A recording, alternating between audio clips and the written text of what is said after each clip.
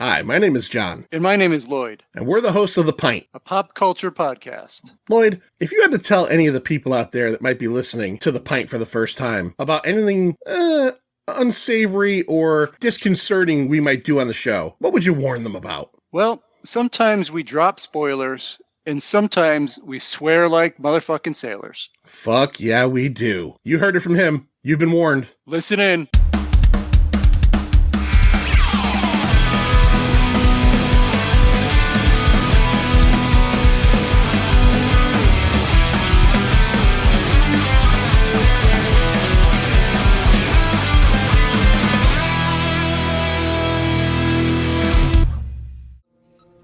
You said, I don't care. He's on the south side. Yeah, Richard, that's right. I don't care. I'm not trying to solve a puzzle here. Well, I am trying to solve a puzzle. 5 seconds to location. And I just found a big piece. Richard! Richard!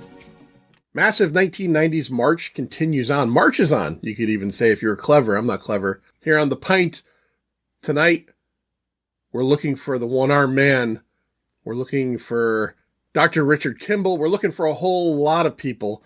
Tonight on The Pint, or today, whenever you're listening to it, we're talking about 1993's The Fugitive. Let's get into it. Hey! Fire it up! Fire it up! Fire it up! Fire it up! Fire it up! Fire it up! Fire it up! My name is John. And I'm Gary. Gary's back from all those Mad Max episodes and all that G.I. Joe shenanigans he's got going on his podcast, and we'll talk about that later on. Gary, how have you been, man? I've been awesome. How are you doing? Good. Awesome. That's hard to fucking keep up with, but that's excellent. I'm glad. I'm doing all right. All right. Gary, before we get into The Fugitive here on Massive 90s March, was this a movie you were familiar with prior to me just springing it on you when you wanted to actually do Mad Max Beyond Thunderdome, which we will do, by the way. But, yeah, you said, let's do Thunderdome because, if you haven't been paying attention, Gary and I, in some form or another have done the original Mad Max. We've done the Road Warrior.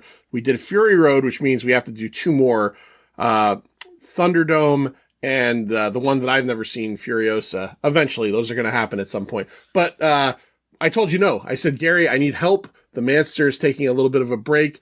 I got Massive 1990s March, and I threw The Fugitive at you. So what's your familiarity with this movie? I saw this back in the day as like a Blockbuster rental.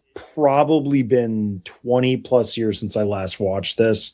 Revisiting it, I remembered all of the hype from the 90s. Yeah. Yeah. So here on Massive 90s March, we're talking about movies that basically have stood the test of time. The 90s now being 30 plus years ago. Movies that made a ton of money, whether they were a surprise or something like this. If this is a Harrison Ford vehicle in 1993, so let's just be honest, it's probably going to make some form of money. I know he did other ones, Frantic and things that might have been a little bit smaller, but generally Harrison Ford was a money printing machine back in the day. Little weird factoid about this movie is that apparently one of the real reasons he wanted to do this was to have a beard in a movie, because I can't remember who it was exactly. It might have been the head of Paramount, who he obviously made all the Indiana Jones movies for. They had an edict where they said they were paying for Harrison Ford's face, so he couldn't grow a beard for any of the movies that he was doing for them. I think they did Witness as well. Part of like the allure to him was he wanted to have a beard. And you know what? He's striking in that beard, Gary. Do you agree? Very, very rugged. Yeah. Kind of a rugged / debonair quality to him, right? Absolutely. He looked almost like Robert Redford in that meme. Oh, yeah. Giving you the smile. Yeah. I know what you're talking about. All right. So The Fugitive was released August 6th of 1993, summertime movie. So The Fugitive itself, the movie, is based on a television show that ran on ABC from 1963 to 1967, 4 seasons, 120 episodes, created by a guy named Roy Huggins. Roy Huggins was kind of like television royalty because he also created Maverick, the James Garner Western show that became a Mel Gibson feature film in the 90s. And he co-created Beretta, starring, what was the name? Robert Blake, the guy that, like, he murdered a woman, right? And he had the crate, right? That's the whole thing, if you remember. This movie was directed by Andrew Davis. He directed Under Siege with Steven Seagal the year prior. Early 2000s, he directed a kids movie with Shia LaBeouf called Holes. And he directed a Chuck Norris film in the mid-80s called Code of Silence. This was written by a few different people. David Chwoe wrote the story and the screenplay.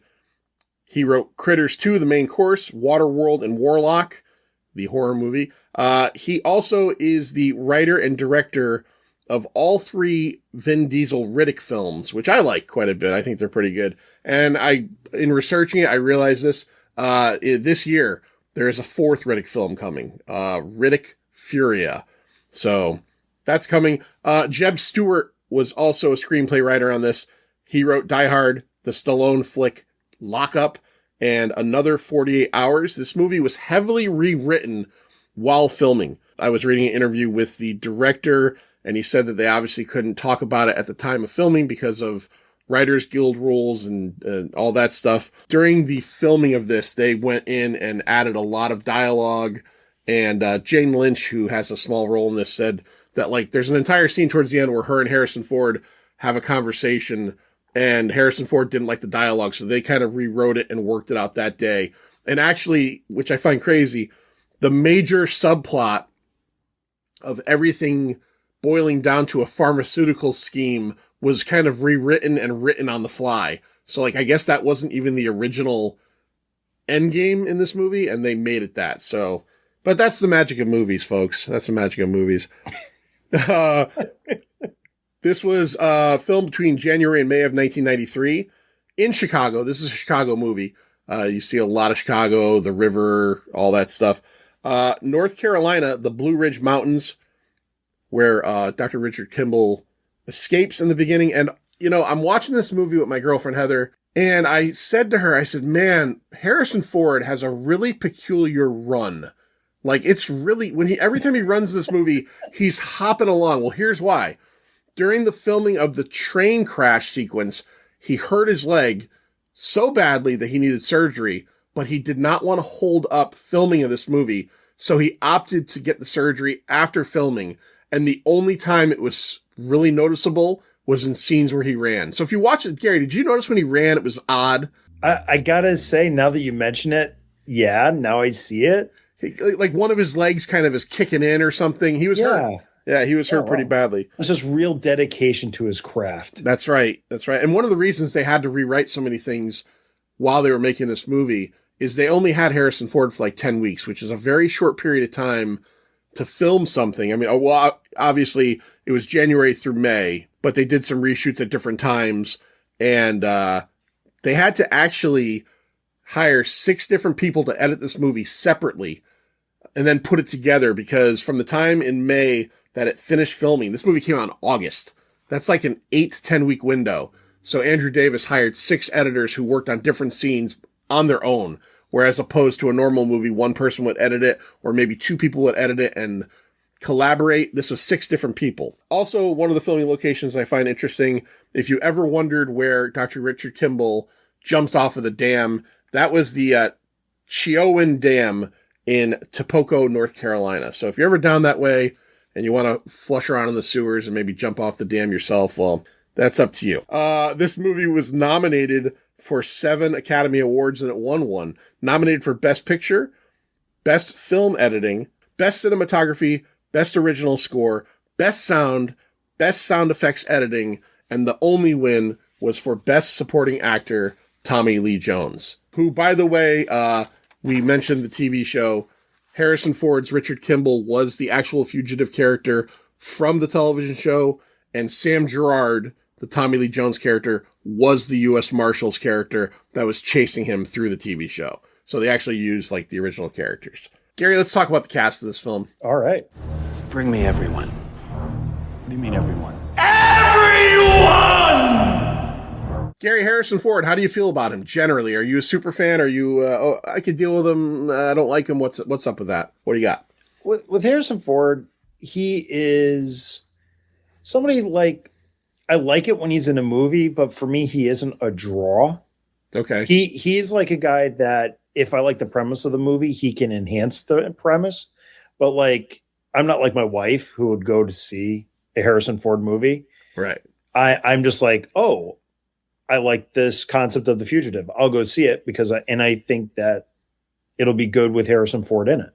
That's really where I'm still at with Harrison Ford. Okay, that's fair. Harrison Ford plays Dr. Richard Kimball, the aforementioned fugitive of the title.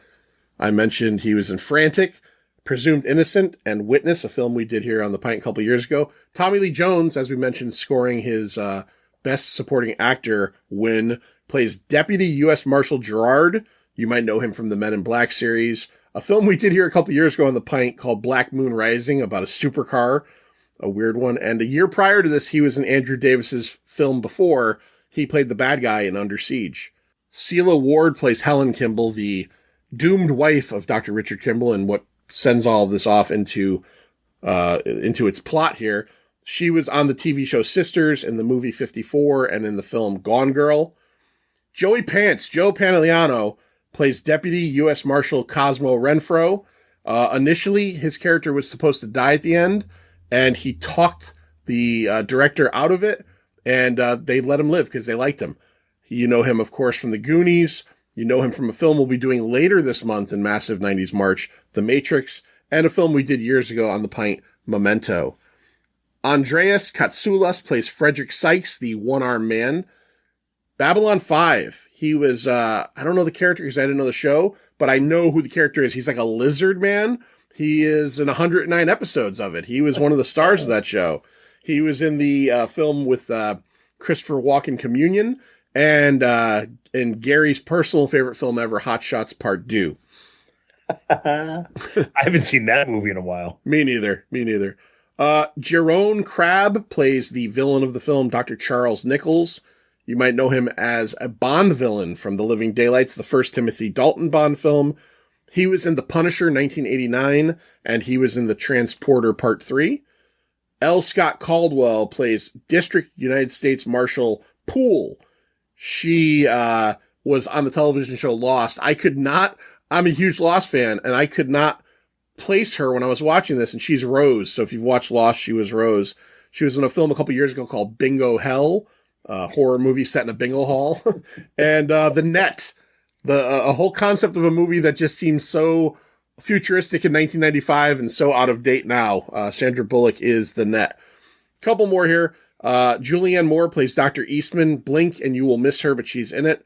Can I say something about Julianne Moore? Yeah. So we're watching the credits and the opening credits. I'm like, oh, Julianne Moore's in this, and I'm like watching the movie. I'm like, where's Julianne Moore?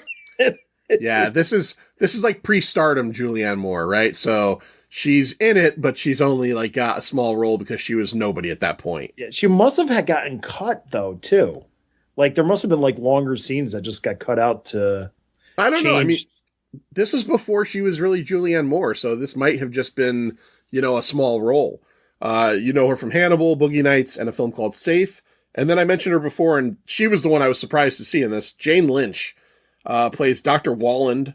You know her from Glee, a TV show I absolutely love on Stars called Party Down, and The 40-Year-Old Virgin. But yeah, she's one of Dr. Richard Kimball's compatriots in this. And I was like, oh shit, is that Jane Lynch? I didn't even know she was an actress back then. So that was a little bit surprising. Gary, get us started on this one. So the opening of the movie is really the night of the murder.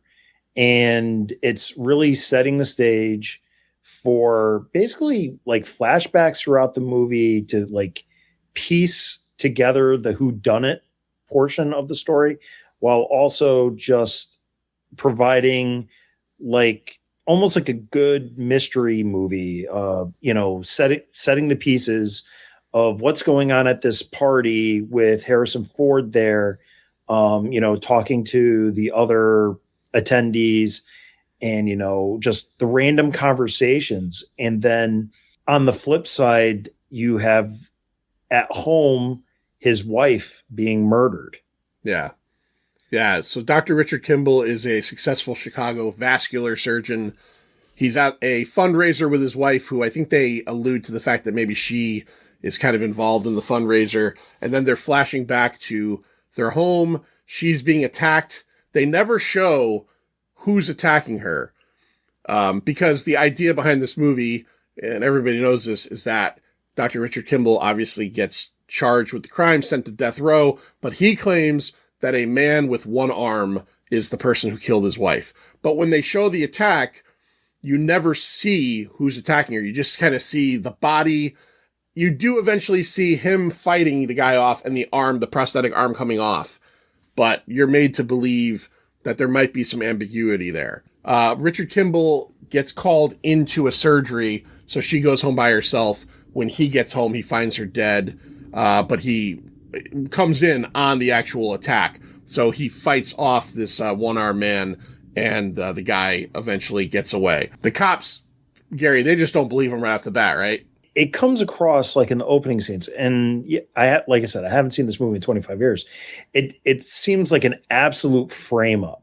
Yeah. And the cops are asking him questions, and before, during the interrogation scene, it's so lopsided. It's like, I'm looking at my wife, and and I'm saying, like, the cops got to be in on this. I mean, they can't be this incompetent. Yeah. It seemed like, it was an inside job or something. And at this point, I'm trying to remember the movie, but I'm like, oh my gosh, I don't remember the movie. So now I'm essentially watching this movie again for the first time and trying to figure out, how do they get enough evidence on Richard Kimball to bring him to court? So, and before you get to court, there isn't much. It's pretty thin. He has a scratch on his neck, which he claims was when he held her while she was dying. She grabbed him, and his DNA ends up under her fingernails. She makes a 911 call, and she basically says that she's been killed, and she says Richard, because in reality, she's kind of like just dyingly calling out to him, but to the 911 operator or anybody listening to it, it sounds like she's saying Richard killed me.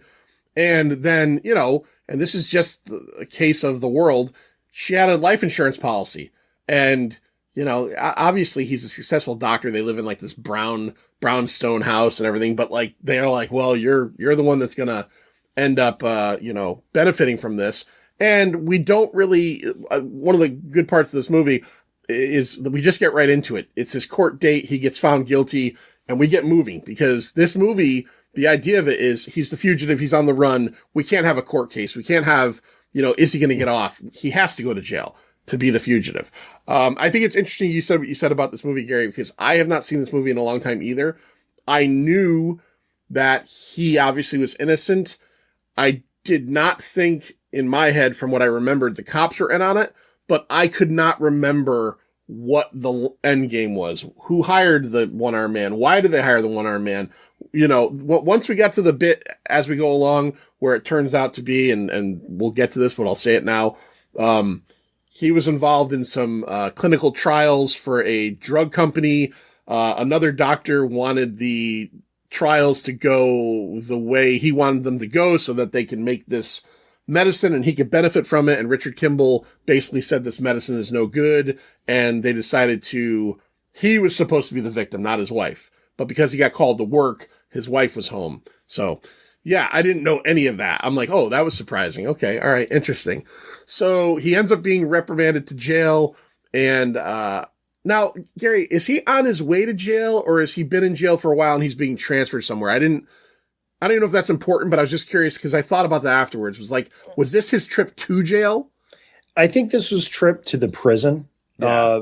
Previously, he was remanded into a holding cell or something to that effect. Right. So it's like, okay, you're now being brought into custody. And then after the courthouse or whatever the jail they have in the courthouse, then they were transferring him to the, to prison. Right. In the Chicago area. So it's probably, Joliet, him and Jake, right? Yes. So they're heading to prison, Gary, in a bus, and some shenanigans are happening. We got the guards up in the front and a bunch of, there's probably like 5 or 6 prisoners in the back. and one of the prisoners starts to feign some kind of attack. Gary, take it away from here. What happens right up through the train? Give me all of that. So the prisoner is feigning like being really sick, and and then I can't remember if he attacked another prisoner. No, the guard comes out to help him, and he attacks the guard. Yeah, he stabs the guard with a sharpened toothbrush. Yep. Yeah. So he shivs the guard, and then at that point, Richard Kimball's like, "I can help them. Let me help the guard." And so the other guard tosses the keys so Richard can unlock his handcuffs and administer first aid. And as he's doing that, it's just an absolute scene with the other prisoner trying to get the keys and fighting ensuing, the shotgun going off, killing the prisoner that shivved the guard. And then at that point, the gun then shoots the driver, and then they careen off into the woods, off the cliff, and roll over. And, everybody is hurt and injured.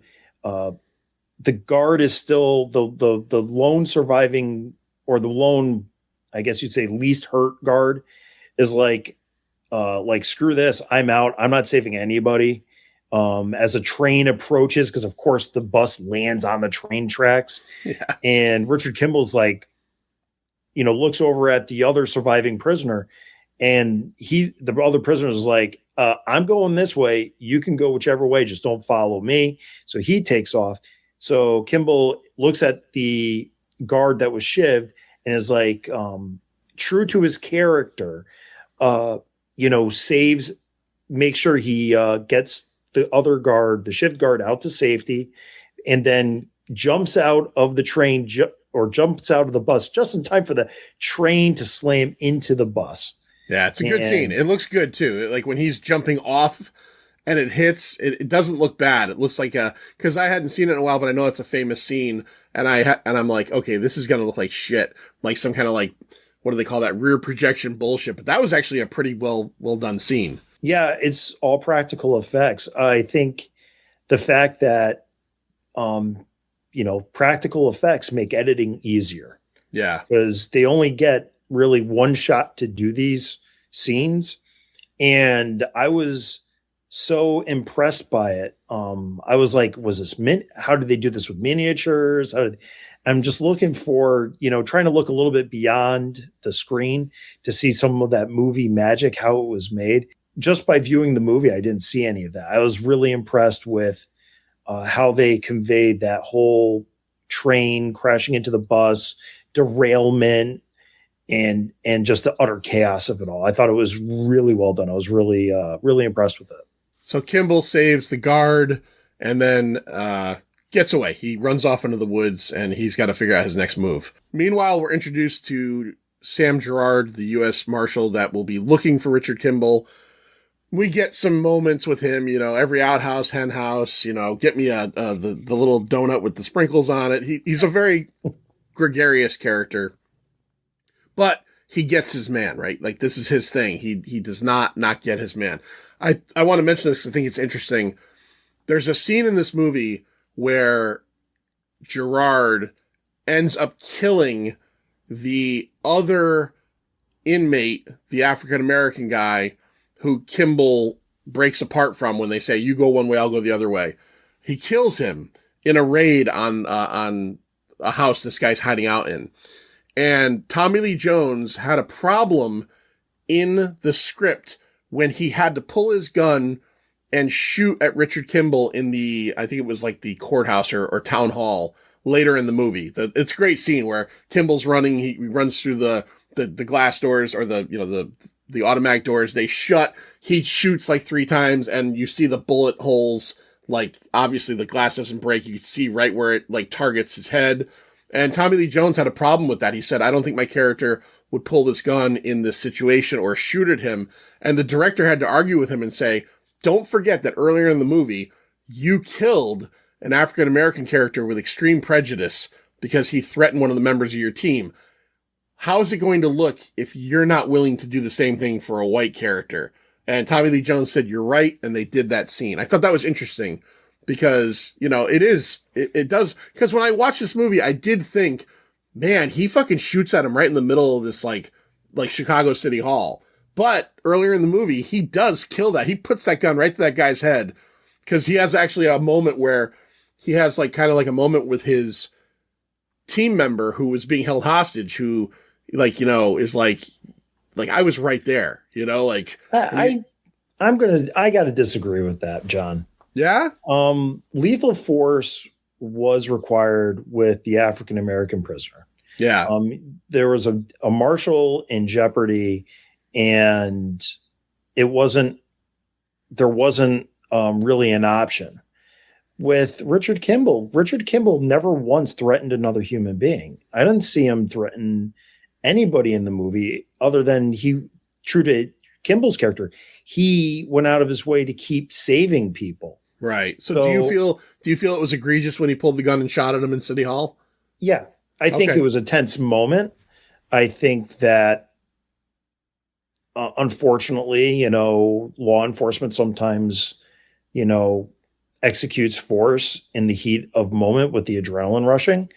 But I would argue that it wasn't warranted in that situation, as Kimball was escaping and, his back was turned, not posing a threat to any civilians or marshals.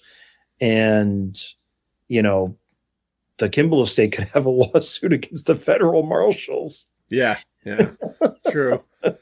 So Gerard and his crew, and it's like, we got a sequel of these guys, which I've never seen, by the way, called U.S. Marshals a couple years later. You got Joey Pants, you got all these characters and they have this good rapport. So they take over jurisdiction from the sheriff's office there. They figure things out immediately. They find, the sheriff says that nobody escaped from this thing. They're all dead. Within 2 minutes, they find the leg irons that Richard Kimball escaped from.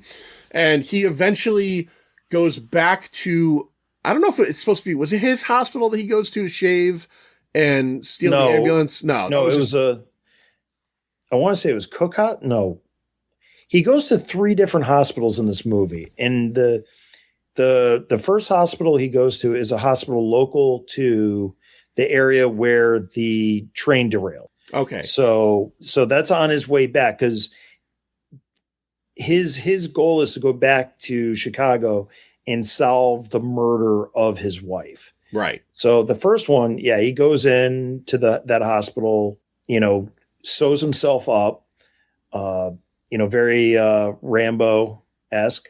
Yeah, without the gunpowder and the explosion in his rib cage. Yeah, but yes, I yeah.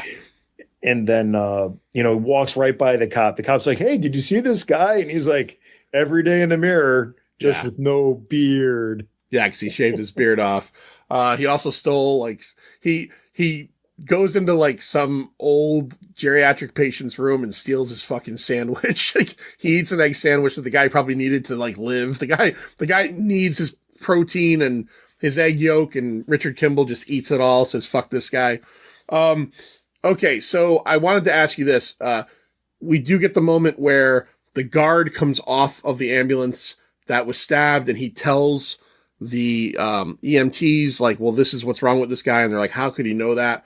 Do you think it's a weird moment? I mean, I get it. He's trying to run, but do you think it's a weird moment that he chose to steal an ambulance? I don't know. I know he's not a thief, but I don't know. Maybe I'm wrong, but I would think maybe you'd try to get a car first instead of fucking ambulance. Well, there's real life and movie world precedent for stealing an ambulance. Yeah. Cannonball Run. Yeah. Nobody questions, if you're on the road and an ambulance comes up behind you, flashing its lights, you pull over to the side of the road. I didn't think about that. Yeah. Originally as a courtesy, in some states it's law. So yeah, you get, beeline to your destination, because people believe you're an emergency responder. So tactically, that's a good idea. However, it's also a bad idea because, John, it's quite once Tommy Lee Jones or Gerard finds out that Kimball's stolen ambulance, it becomes very easy to spot.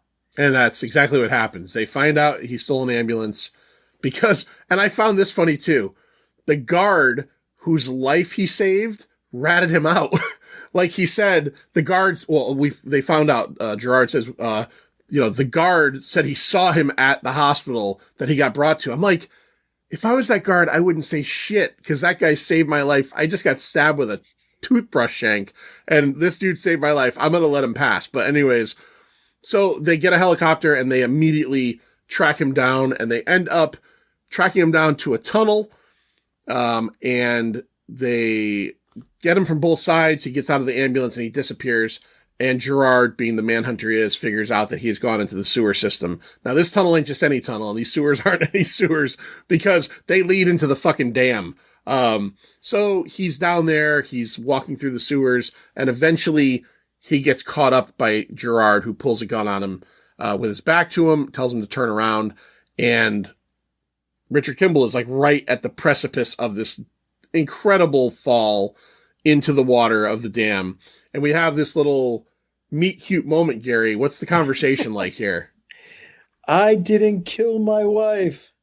I don't care. Yeah. I'm bringing you in. Yeah. So he tells him, put your gun down. Or I'm sorry. So he pulls the gun on him. And his second gun, because Kimball had retrieved his first pistol. Right. That's right. He got knocked down. The only threatening thing Kimball did was, point Gerard's pistol back at him, but he didn't realize Gerard had a backup piece. Kimball was never going to shoot Gerard, but Gerard doesn't know that at this moment. This is their first meeting. And at this point, it's the protagonist and the antagonist against each other. So they don't know each other. They don't know what they're going to do further on in the movie. Just Kimball knows is like, I'm not guilty. I shouldn't be going back. Gerard literally doesn't care. He's like, right. I'm doing my job to bring you back in. You shouldn't be running. Well, he runs. Because if you go through the appeals process, this movie ends pretty quick. Yeah, I guess.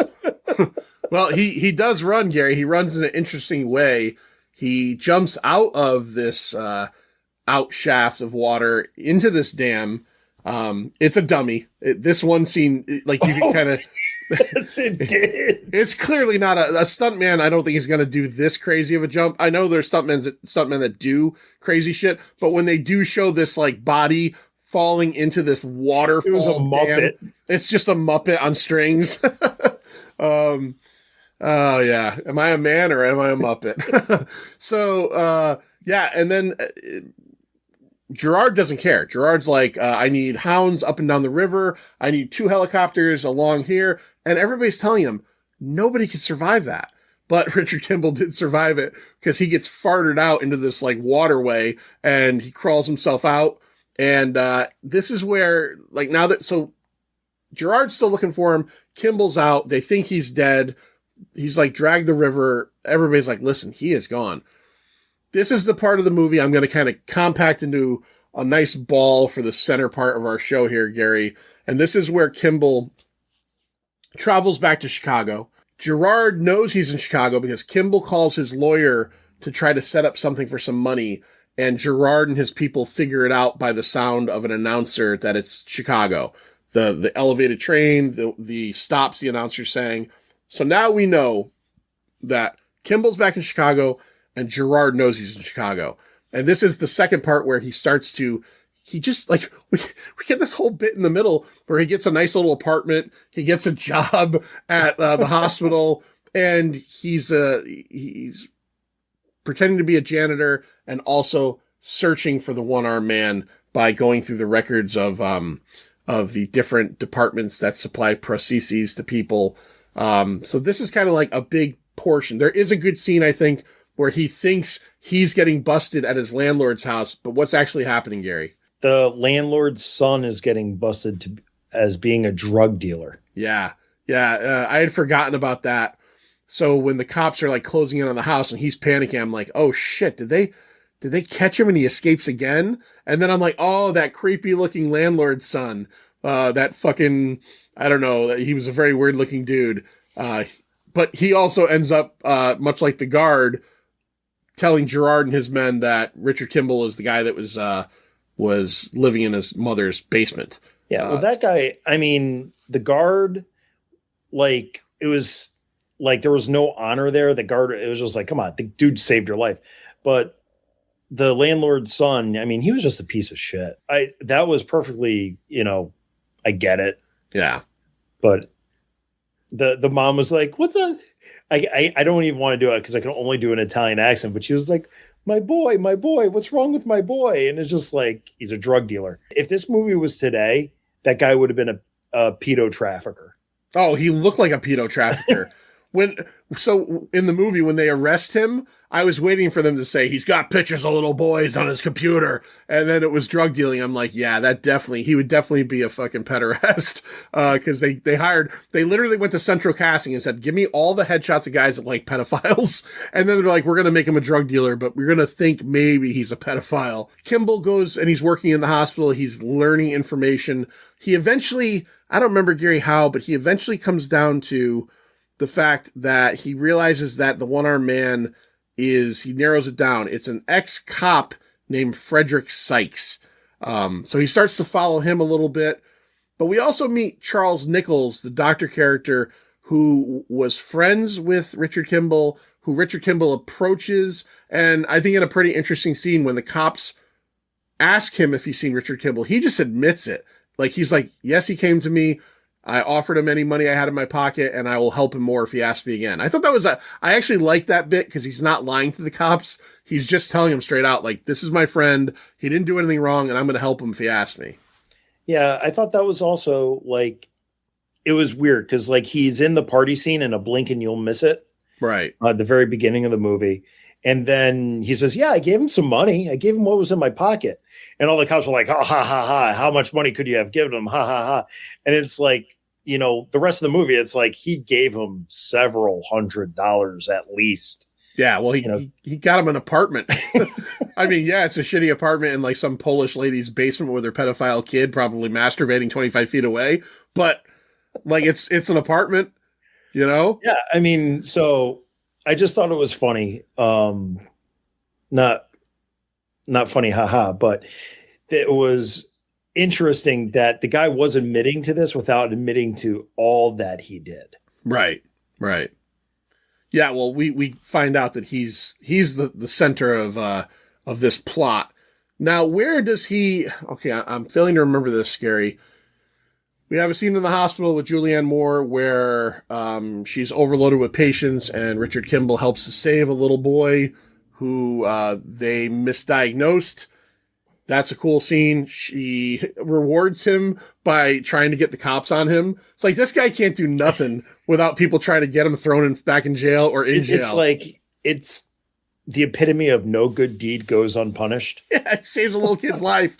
She actually acknowledges that. She's like, do you have an interest in x-rays? And he's like, because she saw him reading the x-ray. She told him to move this kid down to the ER, and he doesn't move him to the ER. He brings him to the operating room, drops him off, and I think he tells them, or he writes a note on it, on the x-ray, and they realize that she made a mistake and they operate. She tells him, you saved his life, and then she's like, stay right here. I'm going to get the cops. I'm like, I know that you can't, even if she just thinks he's like overstepping his bounds by offering medical advice.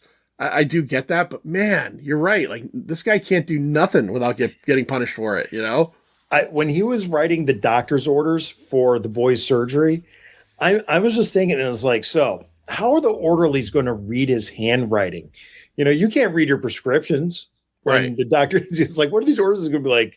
Oh, yeah, totally. Yeah, we totally understand Kimball's writing right off the bat, that we know exactly what to do. Not just that, but like, you wheel him to the OR and there's these notes. Like, don't you call someone to verify before you start operating? Like, what if he just wrote like, I don't know, like, take this kid's eyeballs out? Would they have done it? Would they have taken his fucking eyeballs out because he signed that? I don't know. So what I couldn't remember, Gary, I was going to ask you is, when does he starts spying on Frederick Sykes, right? Yeah, it is. Is it before he gets found out at the hospital, or is it after? That's my big question. I think it's somewhere around there. But yeah, he narrows it down to Sykes because he got it down to 5 names with the specific prosthesis for the right arm. And because this was the second hospital he visited, it wasn't his original hospital. Right. This is like the, where the amputees go hospital. And Is that what it is? That yeah, our mother of the. I would assume, I'm not a medical professional, but I would assume that prosthetics would be handled outside of a hospital. He just went to the one hospital that has like the whole a room full of fucking legs and arms. Yeah. Yeah. Yeah. On top of, surgery and, probably general medicine and all that stuff. But yeah, he goes there, he gets the 5 names, and then he just calls them. It's like, oh yeah, where's this guy?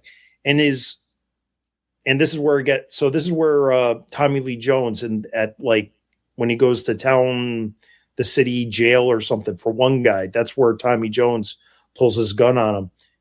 Is he thinks it's this one guy that's a prisoner, and he goes up to the guy, and he's like, he goes up there and he's like, as soon as he sees him, he's like, yeah, sorry, I made a mistake. And the guy's like, what the hell? You called me out of, lifting weights or something, and I all got to go back. Well, what he actually says to him. So yeah, the guy comes out, Kimball's standing there on the other side of the prison phone that we've all seen a million times in movies, and it's a black guy, and he knows that it wasn't an African American guy. And the guy sits down and he says, like, who are you? And he goes, I'm sorry, I made a mistake. And the guy says, he goes, well, let's talk about something. You got me out here. And I'm like, this poor guy just wants a little bit of human connection. And Richard Kimball's like, fuck off. You're not the right one-armed guy. I gotta go. I know Richard Kimball is a wanted man himself, but it would have been nice to sit down and just be like, how are they treating you inside? Can I get you some cigarettes? But no, he just he gets that guy, like you said, out of probably lifting some fucking weights. And now the guy was looking forward to having a visitor and maybe a conjugal. He thought maybe he was going to get laid. I don't know. So we end up having a scene that was actually shot during the St. Patrick's Day Chicago parade. Andrew Davis is a Chicago native, the director, and he talked to the people that are in charge of the parade. And part of the game Harrison Ford played was he wanted to see, and there was no coordination other than they just filmed what they could film of him slinking through the parade and Tommy Lee Jones slinking through the parade. And Harrison Ford played it like a game where he felt like, if I can get through this parade without being noticed a million times as being Harrison Ford, then this is right for the character. And obviously, I'm sure he probably did get stopped once or twice, but they were able to film the scene where he's being chased through the parade. It's a good little scene. What do they say? They could dye the river green one day. Why can't they dye it blue the rest of the year? I thought that was a funny little line. All right, Gary, let's kind of get us to the end of this film. We've already said it earlier, so we'll just connect the dots here. Yeah. Kimball puts it together that another doctor friend of his was murdered prior to all the events here. He figures out he was supposed to have been murdered, but because he went to go do a surgery, it was his wife who accidentally got killed. And the reasoning is this whole pharmaceutical scam that Dr. Charles Nichols is involved in. So Nichols now, because of this new medicine, is part of the board of directors of this, pharmaceutical company. I don't know, let's call it Biktarvy or something like that. Provasic. There you go. I remember that because I'm like, this sounds like legit. It does sound legit. Ask your doctor if Provasic is right for you. Sudden symptoms may include diarrhea or death. I like when the sudden symptoms are anal bleeding. Yeah, anal bleeding, anal warts, penile dysfunction. Let's see what else. Priapism. That's when your penis is hard forever. Lots of bad things can happen with a lot of these drugs. Death being one of them. Dr. Nichols is in a swanky hotel, and he's giving his keynote speech at the, what was it again? What was the name of it? The drug? The Provasic conference. And Richard Kimball just shows up and puts him on blast. Gary, what does he do? Yeah, walks right up, just keeps walking slowly towards the stage. Obviously, his friend notices, and he starts making I guess you would say the correct accusations against the drug, like what it's really doing. It doesn't really get too much into that. He just really starts attacking his friend. Like, you know what you were doing. You know, you had my wife murdered, and just keeps approaching to the point where his friend just like, yeah, let's just take this outside. And then that's when they start fighting. Yeah. So we do have to back up a little bit because we didn't mention it. At this point, Kimball has already taken care of the one-armed man. He defeated him on a subway train and left him for the cops. So if you're wondering, man, this is a movie about a guy looking for one-armed man, they skipped over that. There you go. But the one-armed man is just like, he's just a tool in the end of this whole thing. So yeah, they start fighting, and it's like they're beating each other with chairs. They're fighting on top of an elevator. They fall into an elevator. Meanwhile, Gerard is chasing them through the back corridors of this hotel. But Gerard is also at this point clued in from his investigation that Kimball is innocent, right? Yeah. And because that was the point too. My wife actually pointed this out. She liked how Gerard started actually caring throughout the movie about Kimball. Because earlier in the movie, when Gerard was interviewing the Chicago cops, he's looking at him like, did you guys even do an investigation? Yeah. And I thought that something was on with the cops when it was when the one-armed man was an ex-cop. I says, oh, that's it. And then during the fight, the cops are shooting at Kimball while he's attacking his doctor friend. And that's when, and Gerard has to be like, call off the helicopter sniper. Right. To get into the thing. Yeah. Cause him and one of his partners is like on the roof, and it stop shooting, cause we're up here as well. So yeah, these guys fight all over this fucking hotel. Like I said, it's going, everywhere. Finally, we get to a moment where, if I remember correctly, I'm trying to remember, Nichols gets the upper hand on Kimball, right? And he's about to kill him, and Gerard pulls the gun on Nichols. Or is Nichols going to kill Gerard and Kimball saves him? I'm trying to remember how it ends. The final kind of a bit, Mexican standoff at that point. Yeah, right. They're all like kind of against each other. Yeah, at one point. and Joey Pants had already gotten knocked in the head, right, by an I-beam, I-beam carrying laundry. There's like a steel girder that's just on like a zip line, and Nichols just like pushes it, and it hits Joey Pants like right in the face, knocks him the fuck out. Yeah, so he's out of it, and then eventually we get, I think, it's Gerard versus what's the doctor's name again? I keep Nichols. And yeah, so Gerard and Nichols have the guns on each other. Yeah, and it is Kimball that takes a pipe and smacks Nichols right unconscious. And that's when basically now we're at the resolution of the movie. Yeah, where Gerard takes Kimball into custody. Brings him into his vehicle, tells his men to uncuff him because obviously he's innocent. And then, like you said, like you talked about with your wife, Kimball says, you said you didn't care. And he leans in and he says, I actually do, but keep that a secret, I do care. And the movie ends there. I remember, because it's a famous line, I didn't kill my wife. I don't care. I did not remember that last line of dialogue at all, where he kind of admits to him, yes, I do care. So yeah, that is 1993's The Fugitive. Let's talk about the box office. Where's the fucking money, Gene? Hold, please. All right, I got it. All right, this movie was made on a $44 million budget. This thing grossed $370 million worldwide. Wow, I forgot how big this movie was. Yeah, this was huge. This was a big, big summer movie in 1993. Week ending August 6th through the 8th of 1993. Let's talk about the top 5 films of that weekend. Number 5, out for 9 weeks. It made $5.1 million that weekend. It had already grossed to this point $292 million. 1993, Gary, what do you think it is? Summer 1993. giant movie has spawned 30 more, all with diminishing returns. 30 more movies. No, not 30 really, like maybe 6 or 7. A lot. One came out last year. It was terrible. Oh. No.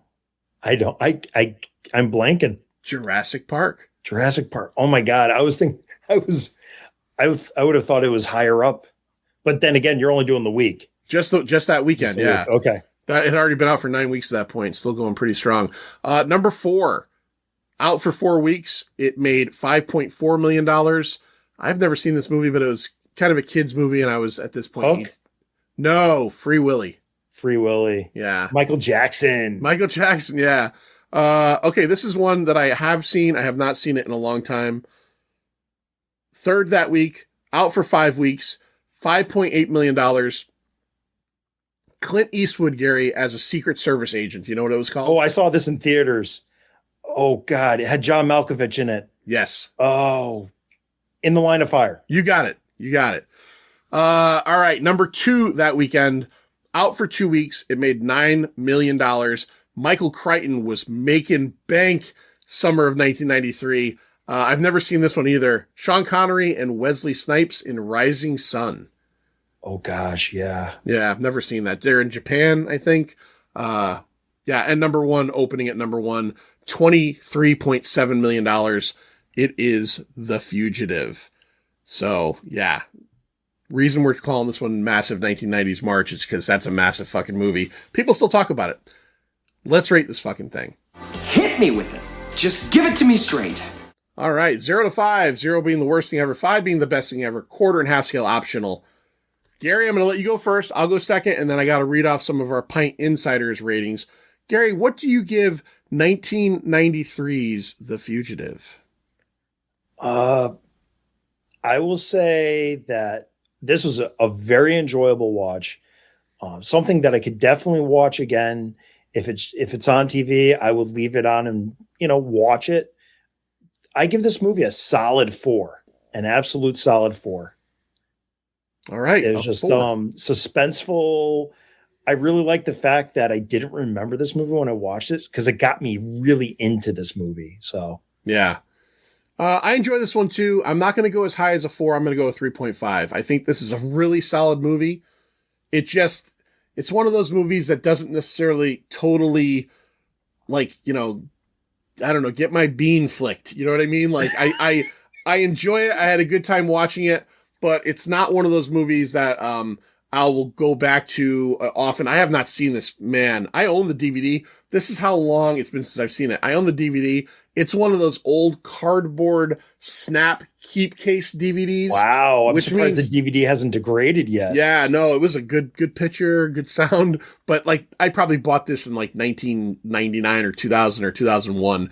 And I probably haven't seen it since then. I know a lot of people love this movie, and that's why we're doing it this month. And it is a solid movie. Harrison Ford is really good in it. Tommy Lee Jones is one of those actors that he's a good actor, but maybe he's not always known for his personality in roles. In Men in Black, he's the straight man. I think this movie is the one that launched Tommy Lee Jones into the conscious. Yeah. Oh, I agree. I 100% agree. It made me, it's like he was amazing in No Country for Old Men. Yep. So it really makes you notice him. But yeah, he definitely was a standout of this movie, and his Oscar win, I think, was totally justified. Yeah, he's great. He is great in this.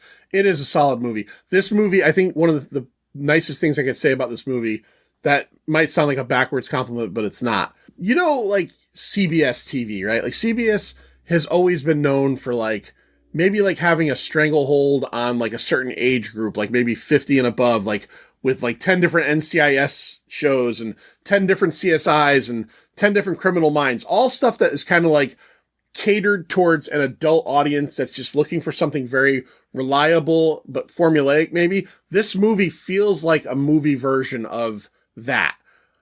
This is like a dad movie. I'm not my dad. My dad, I don't think was a fan of this movie, but this is a movie I could picture a lot of people's dads going, "Oh, The Fugitive's on. I'm going to sit down," or, watch this today. What is it on 8 o'clock on HBO? Make the popcorn, I feel like this is part of that very kind of homogenized kind of entertainment. There's nothing wrong with that. Like I said, I give it a 3.5. Let's talk about some of our Pint insiders. We'll go with the short responses first. Chris Frodell, arguing with myself, says, on the backs of Jones and Ford alone, The Fugitive is a solid 4, just like Gary. He says, just like Gary. Chris Ramirez, it's been a while since I've seen it. It's a good movie, 3.5. So me and Chris on the same set here on the same score set here. Vinny Gianfridi, this is the epitome of a 4-star movie for me. Nothing too complicated, decent all around, some memorable lines, solid performances, nothing crazy or convoluted. That's what I mean by that safe kind of entertainment. Just a great movie. Also has one of the best responses ever in a film. When Harrison Ford tells Tommy Lee Jones he didn't kill his wife, and Jones delivers a pitch perfect, I don't care. And Keith over at Geek Time TV says, let's see, what can you say about this? It was still early in TV to film adaptation era before Hollywood decided to stop taking risks on original ideas and bank on legacy IPs to adopt for assured box office return. Before The Fugitive, there were a few hit TV shows adapted to film. Star Trek The Motion Picture was the OG, and then the 2 Addams Family movies in the early 90s are some that pop into mind. This one blew the lid off the genre. You needn't have seen a single episode of the classic series to enjoy this one. It's got everything you look for in an escapist, pun intended, movie. Action, drama, suspense, mystery, and good old-fashioned protagonist hero revenge. 4.5 out of 5, peak Harrison Ford, and the world's real introduction to legend Tommy Lee Jones. Oh, and Joey Pants making donut runs too.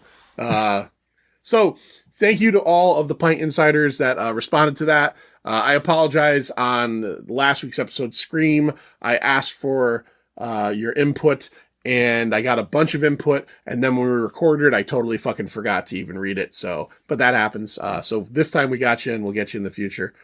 All right, Gary, before we get out of here, you have a podcast that is related to our podcast, and it's one of my favorite podcasts, and I want you to tell everybody out there all about it. So me and my friend Casey, we host the Chaplain's Assistance Motorpod, a podcast about G.I. Joe, a real American hero from 1982 to the present day, focusing on the playsets, vehicles, and even trailers of the G.I. Joe, real American hero toy line. And sometimes we talk comics and other military and adventure action figure toy lines. Try to put it out as often as I can. And we just keep doing what we do. We talk Joe. We are the nerdy little brother of the Pint, and we just have some fun talking toys. I love your show. I've been on it a few times. It's always a blast. I am we've talked about this. I was a G.I. Joe head when I was a kid, so it's very nostalgic for me. You and Casey have a great rapport, and even when you talk about things that are well beyond my realm of G.I. Joe fandom, as we've talked about, I think mine ended around 86. Even when you talk about stuff from, vehicles from 1991 that I'm like, what the fuck is this? I still enjoy it because you have such a well honed machine of a show. It's really, really excellent. I got to ask, Gary, just out of curiosity, I just read news yesterday that they hired that scumbag Max Landis to be like the steward of the G.I. Joe film universe, and Danny McBride. What? Yeah, Dee Bonaventura doesn't know what to do about the G.I. Joe stuff. I wish they would find another producer at this point, because this guy just keeps making garbage decisions. I know a few Joe fans very, very upset about Landis. McBride is... I love Danny McBride, and he's not problematic. I mean... No, but I mean, he's also got a pretty funny sense of humor, too. Oh, he does, but I mean, he's also one of the guys behind the last Halloween trilogy, which was a fucking dumpster fart. But Landis was Landis was canceled for very good reasons, and it just seems shitty that like G.I. Joe is going to be what maybe brings him back. I kind of hate that. I know it's not problematic on G.I. Joe's. Like, it's not indicative of something wrong with G.I. Joe. It's just kind of like a bad decision by a producer. Yeah, I mean, it's just as bad as his sinking icebergs and Rise of Cobra. Yes. I hadn't seen that in so long, and I know we talked about doing it on your show, but I read that the other day that ice floats, and I was like, I don't even remember that scene, so I'm looking forward to us eventually talking about that. We keep putting it off, but yeah, we definitely got to get to it. Absolutely. All right, so go out there and check out Gary's show. It is awesome. You can find it where you find all the podcasts out there. The Pint, you know where to find us, right where you're going to find Chaplin's Assistant. Any podcatcher, if you go to, Pocket Casts, or if you go to iHeartRadio or Spotify, wherever you like to listen to that stuff. If you are so inclined, for $2.50 a month, you can become a Pint Insider. You generally get 2 extra episodes every month. Go to Patreon/The Pint, and you can sign up there. And remember, this month of March, we're hitting our 100th Pint Insider episode. So if you sign up this month, you pay your $2.50, you have access to 100 or 99 at this point episodes of the Insider, and 95% of them are full length episodes. I did some shorter one-person episodes for a while in the beginning and stopped doing that. So you have 99 episodes that you could get in there right off the bat. So if you're a fan of listening to us talk, you have a lot more episodes to check out. Until next time, Gary, why don't you say the words to get us out of the pint? I don't care. See ya. I like that. See ya. It's over, Johnny. It's over. Nothing is over. Nothing. You just don't turn it off.